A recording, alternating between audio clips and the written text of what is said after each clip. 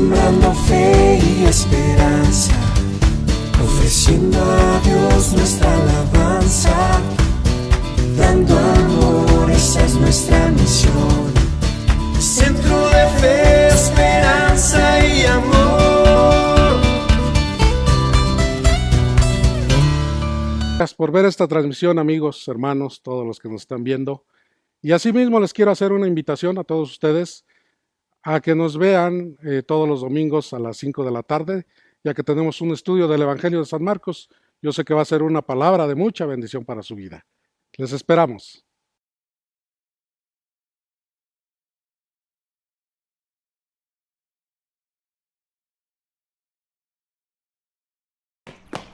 Hola, ¿aquí es en donde va a empezar la transmisión?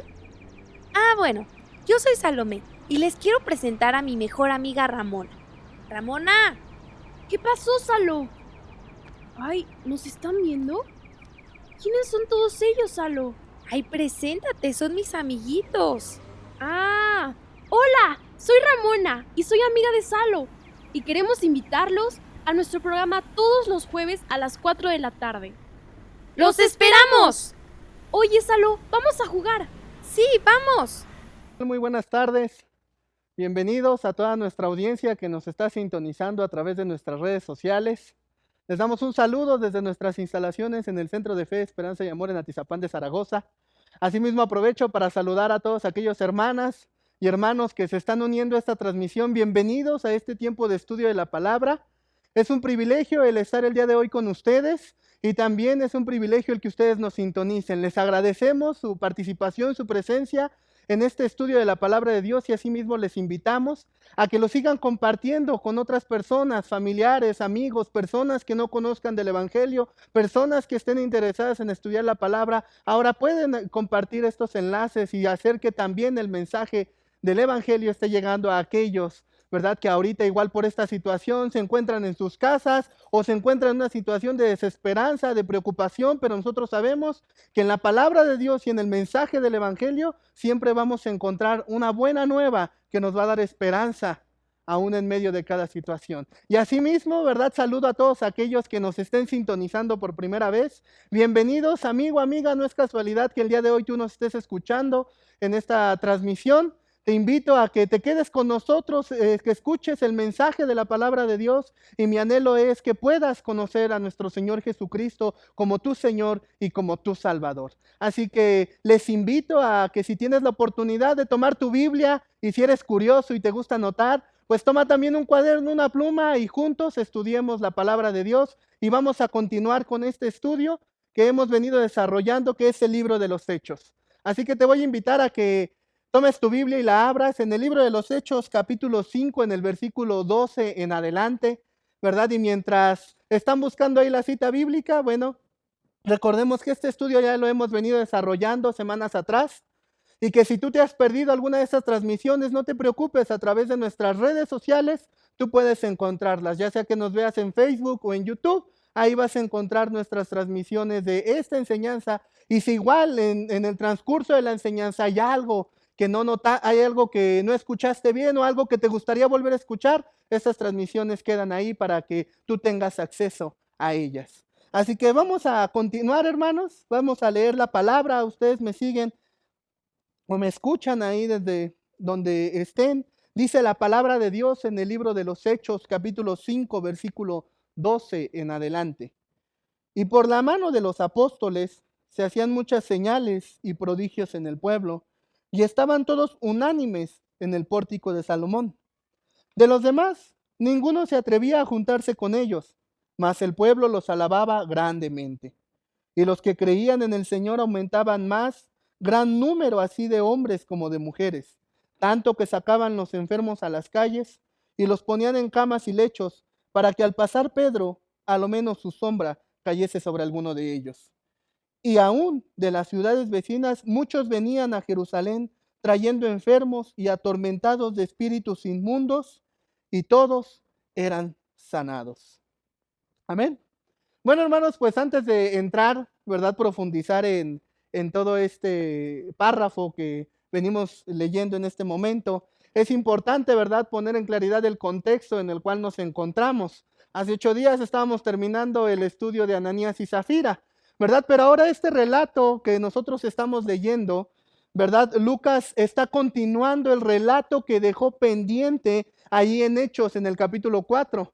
¿Verdad? Recordemos que ese relato, ¿verdad? Para ser más específico, que lo deje inconcluso en el versículo 31, tiene que ver con todo lo que pasó ahí en el templo, la sanidad de aquel cojo, ¿verdad? Y cómo ellos van y entran en un juicio, pero después de todo ello dice que ellos salen, pero que entonces van, ¿verdad? Con el resto de la iglesia, se reúnen, le cuentan los acontecimientos que vivieron, la iglesia, ¿verdad? Ora por predicar con denuedo la palabra de Dios y pide que se hagan señales, milagros, prodigios mediante el nombre del Señor Jesucristo, y Dios responde, ¿verdad?, por medio de la manifestación del Espíritu Santo a los hermanos que estaban reunidos.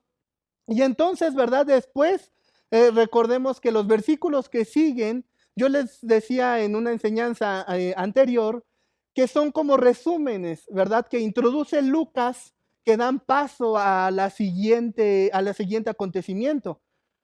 Entonces, ese relato, ¿verdad?, que termina ahí en el versículo 31 queda inconcluso, y estos versículos que estamos leyendo son la continuación de ese relato que está introduciendo ahorita Lucas, pero también estos versos, hermanos, también son el tercer resumen que está introduciendo Lucas, como el resumen que encontramos ahí en el capítulo 2, que son los versículos del 43 al 47, y como el resumen que está en el capítulo 4. Este es el tercer resumen que incluye Lucas, y recordemos, ¿verdad?, que esta es una característica literaria, ¿verdad?, que introduce Lucas en este escrito de los Hechos, ¿verdad? Y como lo hemos explicado en otras enseñanzas, esto es debido a que él se centraba, ¿verdad?, en lo esencial, y no era a veces tan explicativo, pero sí tenía que entonces él introducir ciertos resúmenes que dieran pauta a poder entender los acontecimientos que seguirían.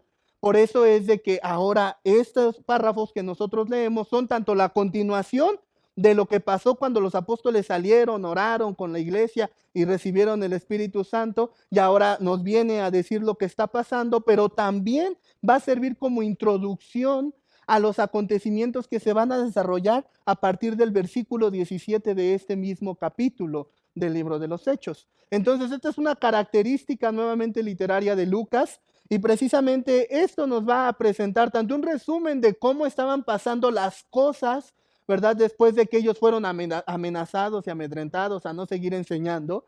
Nos va a presentar un breve resumen, pero nos va a introducir a lo que después iremos desarrollando en posteriores enseñanzas, ¿verdad? Pero es importante notar esto, que es la continuación, lo vuelvo a repetir, del relato que termina en Hechos 4:31, pero también es un tercer resumen que Lucas introduce para poder llevarnos a los siguientes versículos. Entonces, aclarando esto, hermanos, podemos entrar ya de lleno al estudio de la palabra de Dios, y podemos empezar ahí en el versículo 12, que dice: y por la mano de los apóstoles se hacían muchas señales y prodigios en el pueblo, y estaban todos unánimes en el pórtico de Salomón. ¿Verdad? Para explicación de esto, es importante saber, hermanos, que para poder entrar al templo, el templo judío, era necesario atravesar diversas puertas, ¿verdad? Y esas puertas, cada una de ellas tenía su nombre, ¿verdad? Lucas no es específico en cuáles eran los nombres de esas puertas, ¿verdad? Eso lo podemos saber por otros escritos, pero lo que sí nos dice específicamente es que los creyentes, ¿verdad?, la iglesia que estaban haciendo en ese tiempo, ellos se reunían, ¿verdad?, se ponían de común acuerdo para reunirse en el pórtico de Salomón. Ahora, este pórtico de Salomón, o puerta de Salomón, ¿verdad?, era el mismo en el que acostumbraba enseñar el Señor Jesucristo. De manera que cuando nosotros leemos en la Escritura que el Señor Jesús iba al templo a enseñar, ¿verdad?, Él lo hacía precisamente en este pórtico o en esta puerta llamada de Salomón. Entonces, los creyentes, ¿verdad?, en este caso los apóstoles, que son los que continúan, y todos aquellos igual que dieron testimonio de la resurrección, como seguimiento de este ejemplo que ellos veían del Señor Jesús, ellos continúan en común acuerdo reuniéndose en el pórtico de Salomón. Ahora, ¿con qué propósito se reunían en el pórtico de Salomón? Como ya lo hemos visto, definitivamente era para anunciar la buena nueva y para enseñar al pueblo. Y también, como lo dice aquí, por medio de ellos se hacían estas señales y prodigios, de manera que ellos continuaban, ¿verdad? Lo que ellos habían visto en un principio en el Señor Jesucristo, ellos lo seguían haciendo. Esto es interesante, hermanos, porque nos hace entender cómo es el comportamiento de la iglesia a medida que fue naciendo y a medida que fue creciendo. Y lo primero que la iglesia hacía era seguir precisamente aquello que el Señor Jesús hacía. Por eso es que en un principio, hermanos, el cristianismo, cuando comenzaba a nacer, se tenía o se pensaba que era una extensión del judaísmo. Posteriormente es que se da esa separación, pero al principio se pensaba que era una extensión del judaísmo. ¿Por qué? Porque como vemos aquí los apóstoles, ¿verdad? A pesar de ya haber creído en el Señor, de haber recibido el Espíritu Santo, seguían con ciertas, ¿verdad?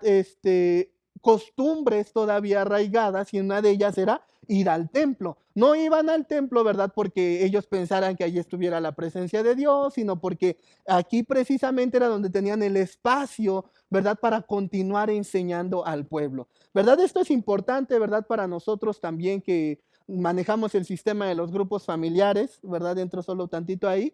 Pues como vemos aquí la importancia de que la iglesia de común acuerdo se reunía en el templo, ¿verdad? Pero también tenía su reunión en las casas. Entonces, de aquí vemos hoy en día también la importancia de nosotros, hermanos, tener esas reuniones, ¿verdad? En las casas, pero también de nuestra reunión juntos, ¿verdad? En un lugar en el cual podemos todos reunirnos, ¿verdad? Como en este caso nosotros, ¿verdad? Pues tenemos también esa oportunidad. Aunque ahora estamos confinados por un tiempo, pero creemos en que Dios nos dará la victoria y que nuevamente de común acuerdo todos estaremos reunidos. Entonces, de esta manera, ¿verdad? Es de que los apóstoles se reunían en este pórtico para precisamente continuar enseñando y continuar manifestando lo que aquí el versículo nos dice. Esto de señales, ¿verdad? Lo vamos a entender más adelante de por qué Lucas le está llamando señales. Y le está llamando señales precisamente a sanidades, le está llamando señales a la liberación de endemoniados, le está llamando señales a la sanidad de un paralítico. Ahorita vamos a entender más adelante por qué es que Lucas le llama señales, ¿verdad? Continuamos con el versículo 13 que dice, de los demás, ninguno se atrevía a juntarse con ellos, mas el pueblo los alababa grandemente. Fíjense que aquí es interesante esta frase, hermanos, porque al hecho de leerla, uno podría pensar que tal vez el temor del pueblo era el ser creyente o el ser cristiano.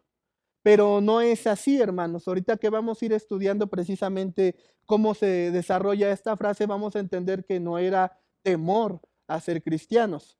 Cuando vemos aquí la frase que dice que ninguno se atrevía a juntarse con ellos, es importante ver que la palabra juntarse no está bien traducida de su vocablo griego, ¿verdad? Porque juntarse, eso significa unirse, ¿verdad? Pero en el vocablo griego no es juntarse.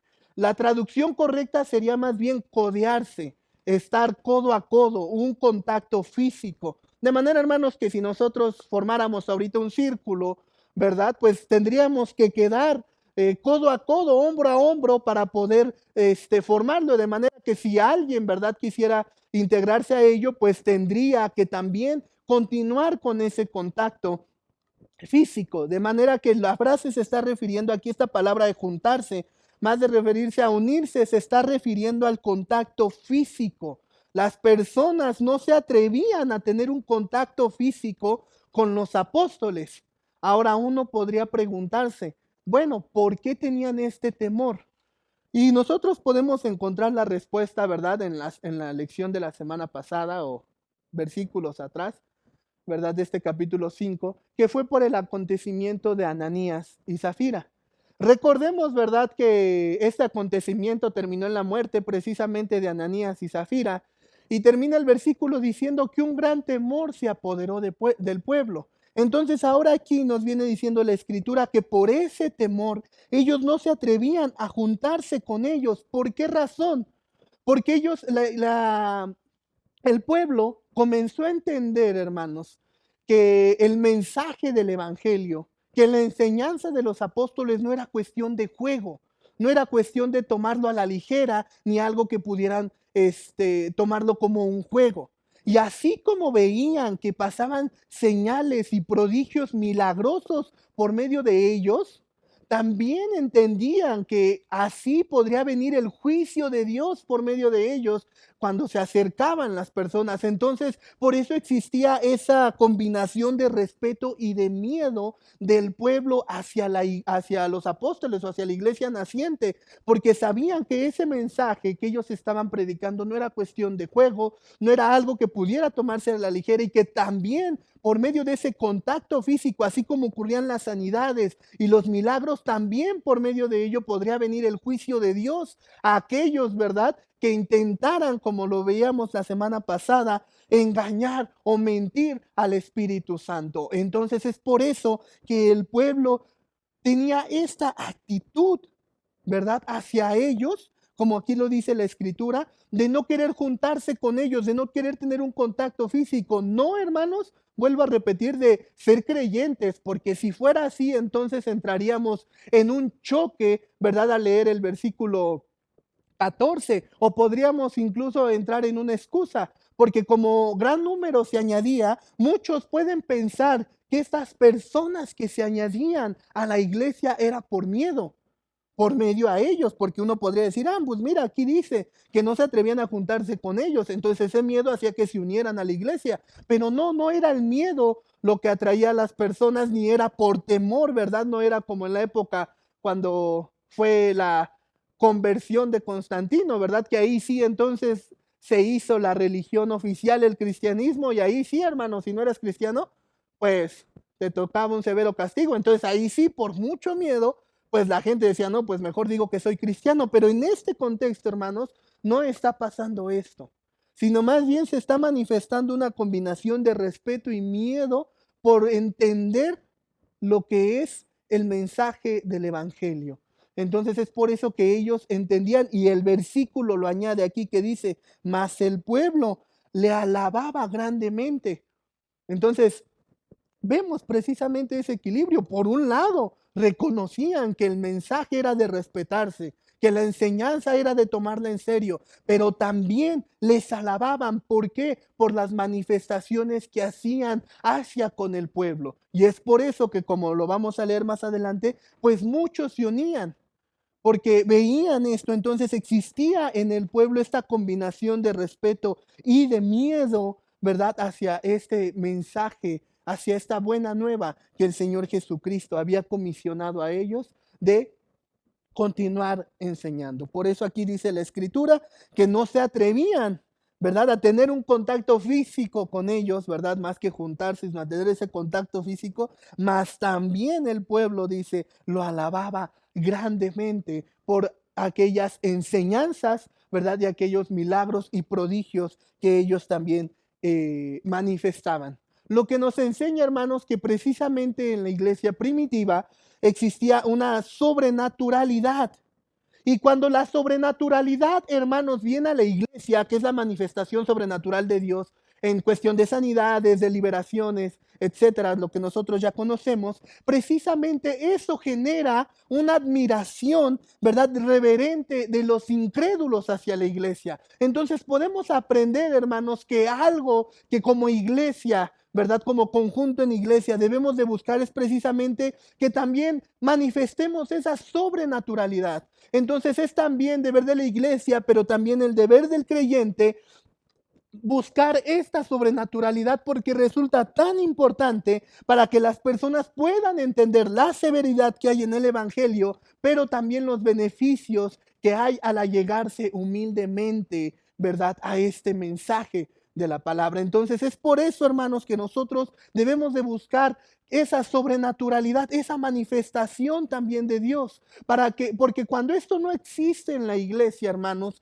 entonces los creyentes venimos a ser personas ante la sociedad simplemente que ni hacemos mal, pero tampoco hacemos un bien. Y entonces no tenemos, ¿verdad?, esa respuesta, porque como lo dice este versículo, el pueblo les tenía respeto, pero también los admiraban. Y esa es la condición, ¿verdad? Que tanto nosotros debemos de generar en otros y también como iglesia debemos generar hacia la sociedad.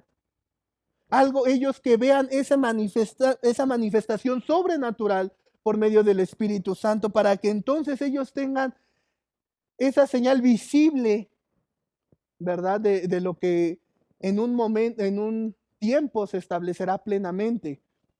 Entonces, aquí vemos precisamente cómo es que el pueblo, ¿verdad? Por medio de esa sobrenaturalidad que giraba en la iglesia, tenía ese respeto y esa admiración. Y a nosotros nos enseña, ¿verdad? El buscar ello, hermanos, porque es importante para que entonces, ¿verdad? Ocurra lo que dice el versículo 14. Dice el versículo 14, y los que creían en el Señor aumentaban más. Gran número así de hombres como de mujeres. Fíjense, hermano, no estoy diciendo, ¿verdad?, que por el hecho de que si no pasan señales la gente no se va a convertir.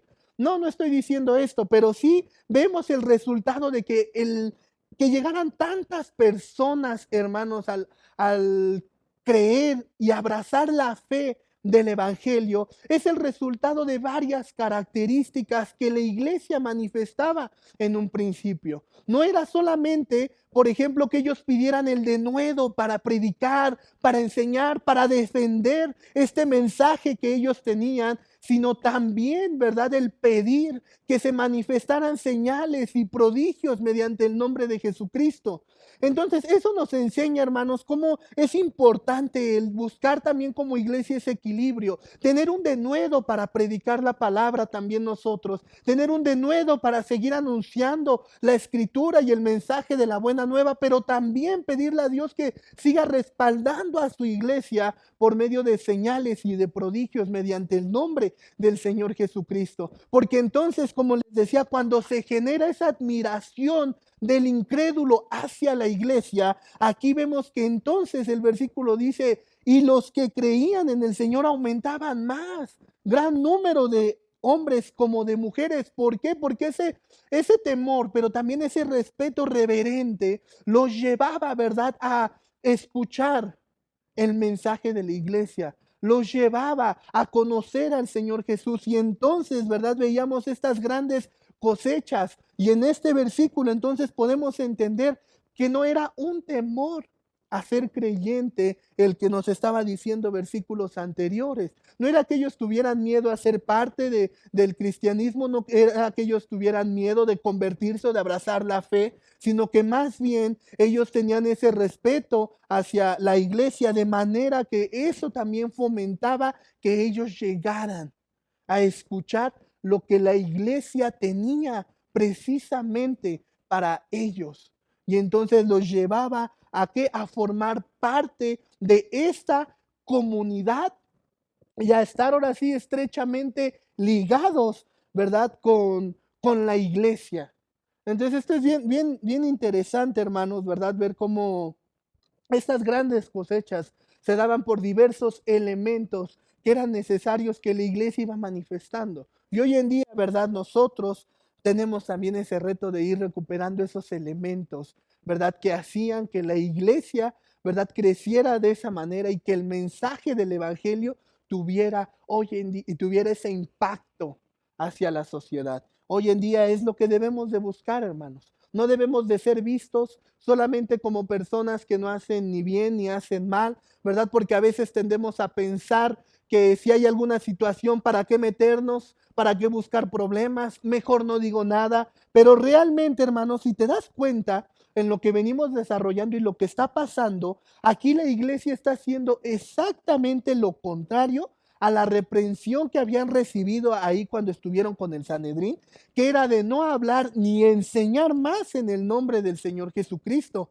Esa fue la amenaza que les dieron, que no continuaran enseñando. Pero más sin en cambio, por medio de lo que vamos leyendo de este resumen que Lucas introduce, nosotros nos damos cuenta de cómo ellos están haciendo prácticamente lo contrario a lo que el sistema religioso, ¿verdad?, en ese momento quería exigirles, ¿verdad? Porque en el sistema político debemos de entender que en ese tiempo la ocupación la tenía Roma, ¿verdad? Pero entre las ocupaciones que hacía Roma cuando conquistaba, había algo característico de Roma que era conocido como la famosa paz romana. Que cuando ellos, ¿verdad?, conquistaban un lugar, ellos no imponían sus dioses ni sus costumbres, sino que ellos dejaban, ¿verdad?, que estos pueblos conquistados practicaran sus creencias, sus dioses, sus religiones, ¿verdad? Y en esa parte ellos no tenían rechazo o imposición de algo, sino los dejaban practicar libremente. Entonces, por eso es de que vemos que de alguna manera el sistema religioso que en ese momento existía, ¿verdad? Es el que interfiere con los apóstoles, como lo veíamos en enseñanzas pasadas, y son ellos los que les dan la advertencia de no hablar ni de enseñar más en el nombre de Jesucristo. Pero aquí la iglesia viene desarrollando lo contrario a ellos. ¿Por qué viene desarrollando esto? Porque el mensaje del Evangelio precisamente era esa buena noticia de que el reino de los cielos ya se había acercado. De manera que como la iglesia va a ir entendiendo, hermanos, a manera de que va a ir pasando el tiempo, va a ir entendiendo, ¿verdad? La revelación de Jesucristo, pues ellos cada vez más van a tener una comprensión, ¿verdad? Total de lo que va a ser el Evangelio del Señor Jesucristo. Entonces, pero en este tiempo, ¿verdad? En este momento, ellos, ¿verdad? Continúan enseñando y manifestando el poder de Dios de manera, hermanos, que vemos como gran número se aumentaba. ¿Por qué? Porque la iglesia, tanto los creyentes, estaban cumpliendo la voluntad de Dios, ¿verdad? Y aquí vemos cómo precisamente ellos tenían este respaldo. Por eso Lucas introduce este resumen de lo que está pasando, porque más adelante, ¿verdad? Nuevamente van a volver a arrestar a los apóstoles por continuar haciendo esto que ya les habían dicho que no hicieran, pero ellos continuaban haciéndolo. De manera, hermanos, que nosotros, ¿verdad? Por eso debemos de también analizar nuestra vida, ¿verdad? Y preguntarnos qué estamos haciendo, ¿verdad? En estos momentos para continuar con la predicación del mensaje del Evangelio. Hay diversas maneras de poder predicar el Evangelio, hermano, pero no debemos nosotros, ¿verdad?, de parar en seguir anunciando la palabra de Dios y continuar haciendo, ¿verdad?, discípulos y extendiendo el mensaje a aquellos que no conocen, ¿verdad? Porque aún puede ser, hermanos, que esta situación sea, ¿verdad?, un empuje para la iglesia y que permita, ¿verdad?, que la iglesia con denuedo predique la palabra, que permita que la iglesia nuevamente manifieste esta sobrenaturalidad del poder de Dios y que permita que nosotros podamos ver, ¿verdad?, un gran número de personas viniendo al conocimiento del Evangelio como ahora lo estamos estudiando. Así que somos animados a continuar predicando el Evangelio. Y fíjense, dice el versículo 15, tanto que sacaban a los enfermos a las calles y los ponían en camas y lechos para que al pasar Pedro, a lo menos su sombra cayese sobre alguno de ellos. Fíjense, hermanos, que viendo todo esto era tal el avivamiento que se estaba viviendo, que era evidente lo que estaba pasando en la iglesia. Porque dice aquí ya el versículo que era ya tanto el avivamiento, hermanos, que entonces tenían que sacar a los enfermos a las calles, los ponían en las camas y en lechos para que a lo menos la sombra de Pedro pasara por ellos. Esto nos enseña, hermanos, que eran tantas ya las personas, el avivamiento que se estaba viviendo, que los apóstoles ya no tenían la oportunidad de estar orando por cada uno de ellos. De manera que entonces las personas llegaban a esto de, pues entonces sácalos para que al menos la sombra, ¿verdad?, de Pedro cayera. Pero esto, ¿verdad?, que está narrando la escritura pasa porque como era tal el avivamiento, los apóstoles ya no podían hacerlo de manera personal con cada uno. Era ya mucha la gente que atender, ¿verdad? Esto lo digo y lo aclaro, hermanos, porque a veces de aquí se sacan enseñanzas erróneas de que hay personas, ¿verdad?, que quieren sanar y te dicen, párate ahí, y te pasan por un lado y dicen, ya quedaste sano porque pasó mi sombra, ¿verdad? Y piensan que es por medio de la sombra que también puede haber sanidades, pero no, esto nos está enseñando que esto ocurría por el avivamiento tal que había, que no permitía que los apóstoles pudieran hacer esa atención de manera personal. Y en todo caso, ¿verdad? Aquí Pedro, porque si ustedes notan algo, el personaje al que está girando alrededor todos estos elementos y acontecimientos, lo que nos está diciendo Lucas es que es Pedro, ¿verdad? El apóstol Pedro. Uno podría preguntarse, pero ¿por qué Pedro?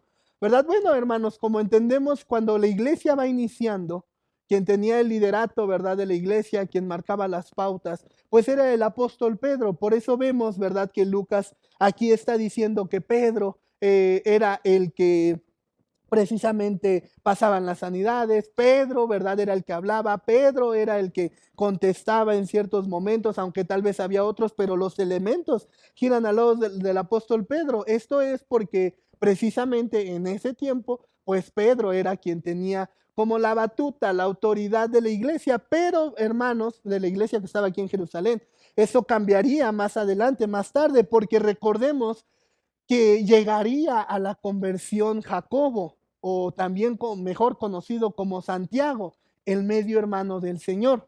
Recordemos que la familia del Señor, ¿verdad? No creía en él durante su ministerio terrenal. La escritura, los evangelios nos dicen que lo tenían por loco, ¿verdad? No creían en él, no creían en lo que él enseñaba y decía, pero si no me equivoco, es Primera de Corintios, es donde Pablo enseña que después de su resurrección, a uno de los que se le apareció fue a Santiago, a su medio hermano.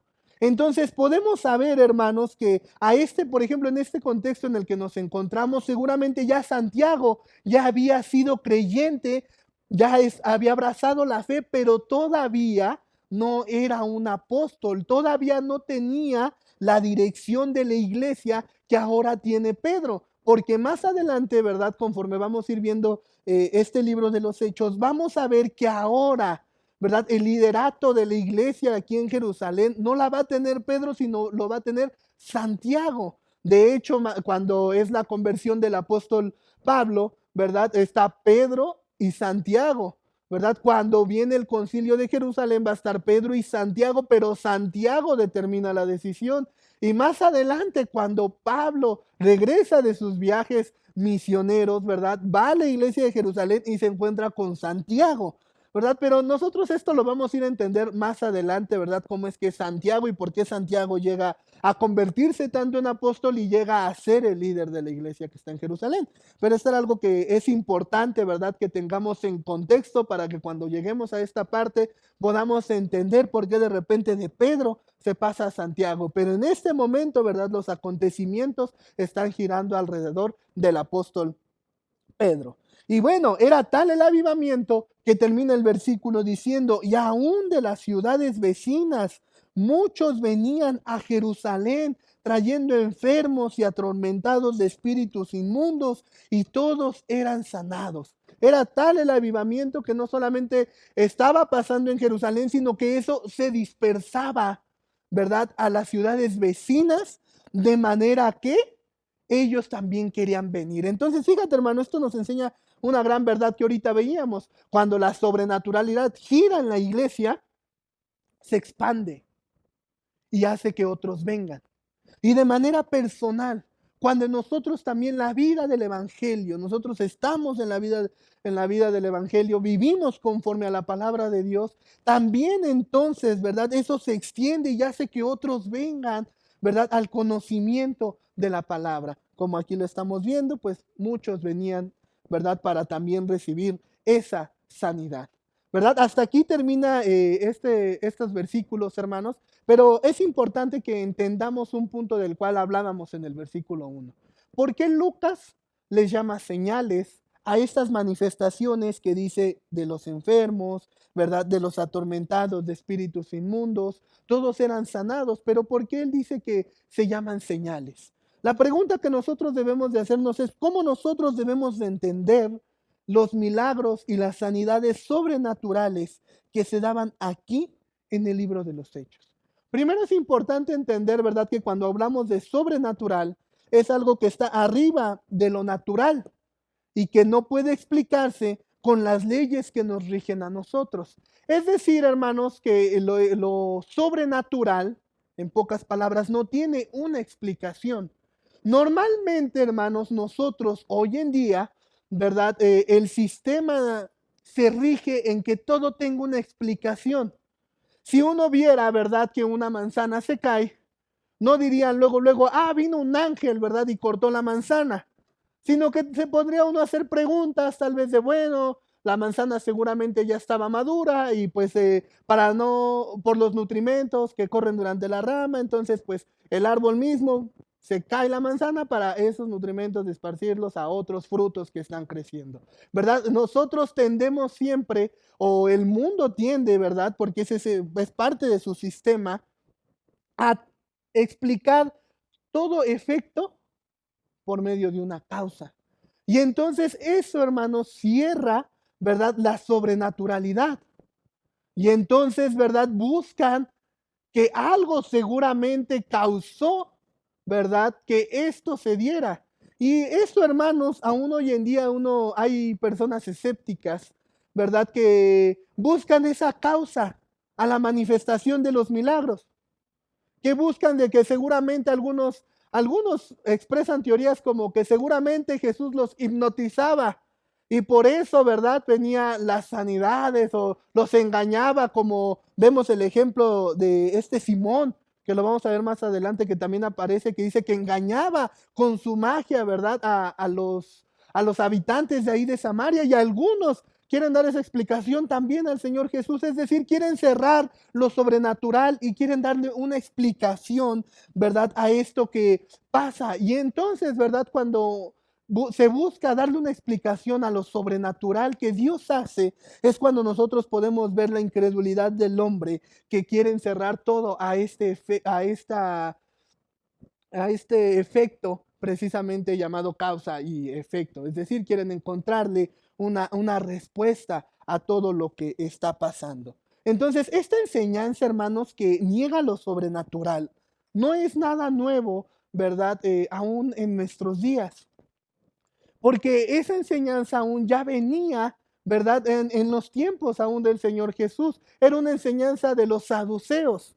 Porque si nosotros vemos en las escrituras, hermanos, que los saduceos, ¿verdad?, era una secta religiosa, pero muy materialista, porque ellos no creían ni en la resurrección, no creían ni en ángeles, ¿verdad? No creían ni en el alma. Entonces, de ellos, por ejemplo, salía la reencarnación, ¿verdad? De que todo existía dentro de este mundo y que fuera de este mundo no pasaba. Entonces, fíjense, esas enseñanzas de ellos de no creer en estas cosas sobrenaturales, aún hasta nuestros tiempos, hermanos, viene a también seguir esa enseñanza cuando se busca explicar la manera sobrenatural en la cual el Señor Jesús se movía. Por eso es de que también el apóstol Pablo, ¿verdad?, recomienda y dice, no pierdas el tiempo en fábulas, en huecas sutilezas, ¿verdad?,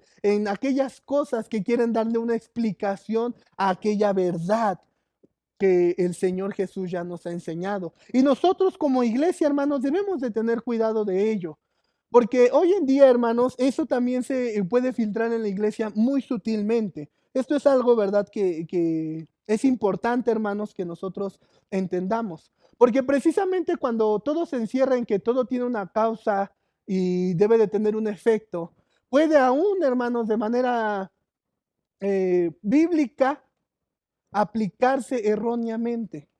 Y eso, hermanos, para poder entenderlo, hoy en día hay algo que se mueve mucho y que es parte, hermanos, del evangelio de la prosperidad, que tiene que ver con aquella palabra de yo decreto o yo declaro, ¿verdad? Cuando se enseña, ¿verdad?, que uno tiene la autoridad de declarar o de decretar, hermanos, se está poniendo, ¿verdad?, en función este principio de que todo tiene una causa y debe de tener un efecto. Y entonces, ¿verdad?, se manifiesta que a través de las palabras que yo declaro o decreto, debe de venir una reacción. Entonces, al nosotros hacer eso, caemos en el mismo error en el cual estaba cayendo los saduceos en ese momento, que decían, No, debe de existir una causa para que esto pase. Entonces, hermanos, fíjense cómo hasta nuestros tiempos esto puede infiltrarse y llevarnos a pensar que todo debe de tener una causa para que pasen las cosas. Y entonces, ¿verdad? Cuando esto se enseña, nosotros llegamos a pensar que en las palabras nosotros vamos a ver la sobrenaturalidad de Dios. Y no, cuando vemos aquí en las escrituras que la sobrenaturalidad de Dios era una expresión que precisamente se tomaban como señales. ¿Señales de qué, hermanos? Volviendo a la pregunta de cómo nosotros debemos de entender estos hechos. Se les llamaban señales porque precisamente manifestaban algo que posteriormente tendría su plenitud. Es decir, que cuando había una liberación, cuando había una sanidad, eran señales de que ese reino, ese anuncio de que el reino se ha acercado, se estaba viendo visible. Aún la resurrección del Señor Jesús fue una señal.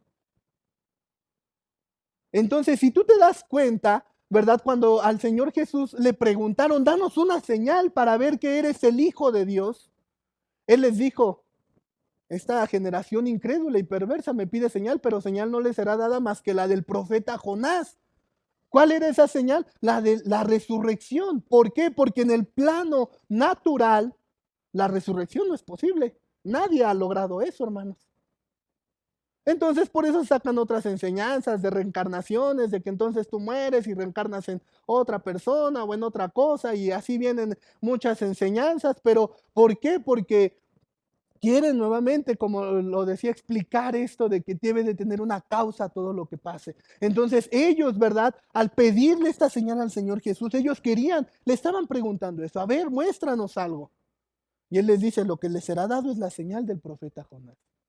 Es decir, algo sobrenatural. ¿Por qué? Porque el reino de los cielos, hermanos, es también algo sobrenatural y tiene su parte y su cumplimiento aún en este tiempo. Por eso nosotros cada vez que vemos una sanidad, que vemos una liberación, son señales de la manifestación de este reino que posteriormente vendrá en su totalidad y en su plenitud. Entonces, por eso es de que Lucas las llama señales. Y aún más adelante dirá que se concedan señales, ¿verdad? ¿Por qué? Porque ellos manifestaban, expresaban un mensaje, pero ese mensaje era respaldado por las sanidades, por las liberaciones y por estas cosas que pasaban. Y entonces, ¿verdad? Por eso la escritura nos dice que eran señales.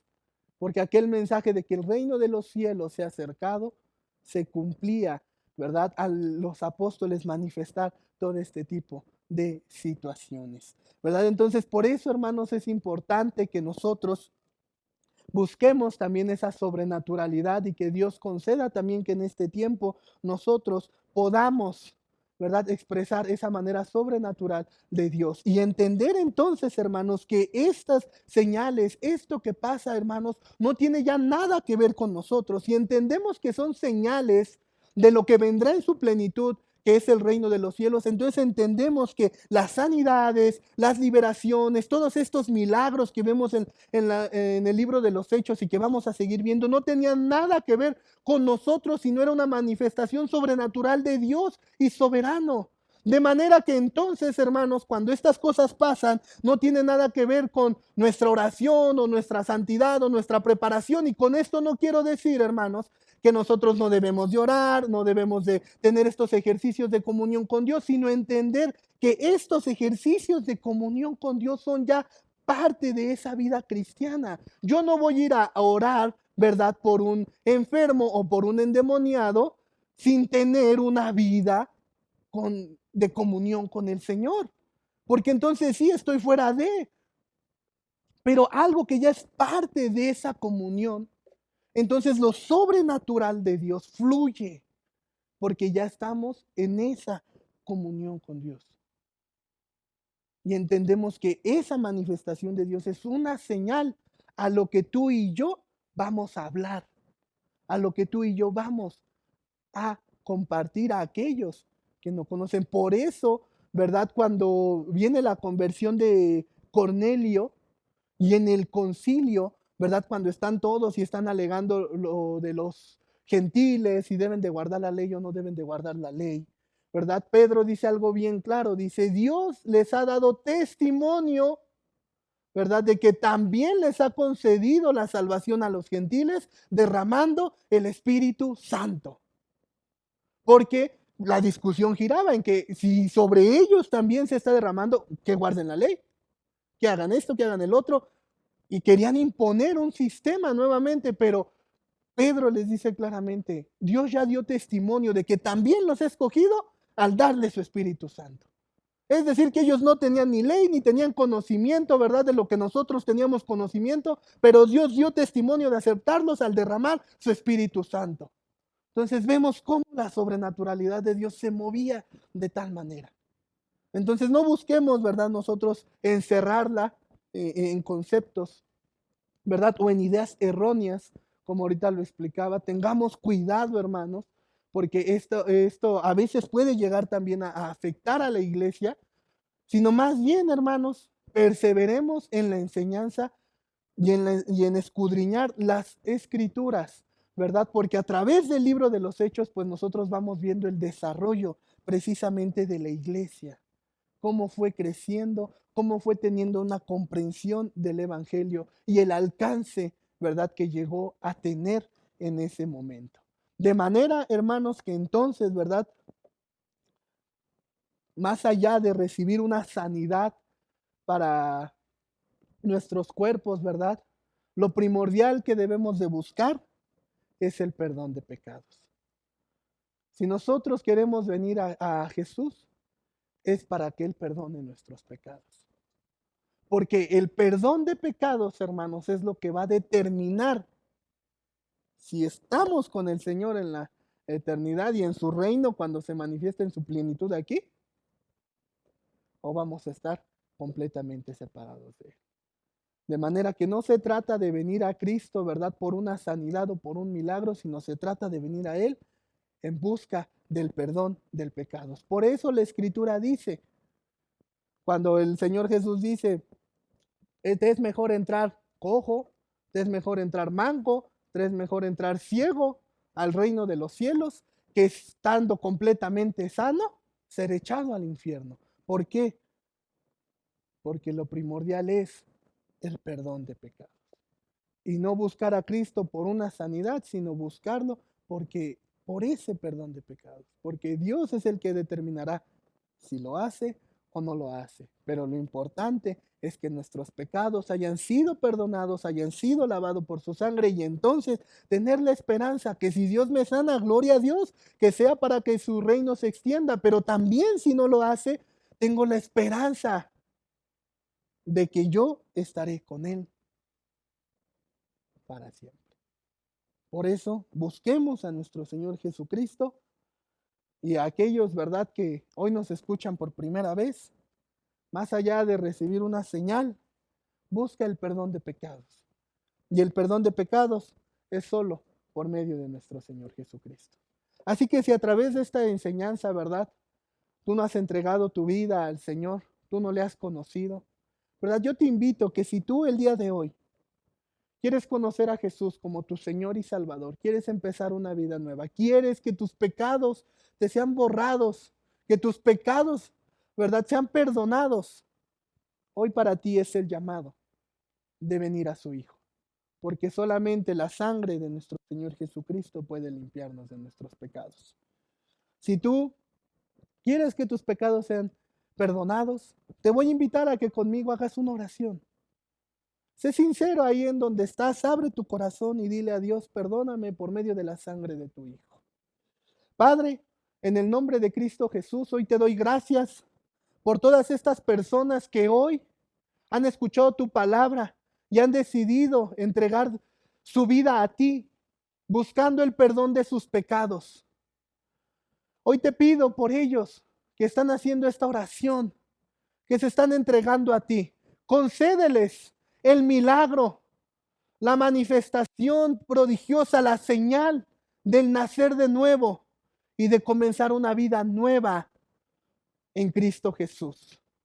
Repite conmigo esta oración Señor Jesús, hoy te pido perdón por mis pecados y te pido que me laves de ellos. Quiero aceptarte en este día como mi Señor y mi Salvador y quiero creerlo en mi corazón y confesarlo con mi boca. Guíame en esta nueva vida y hazme nacer de nuevo.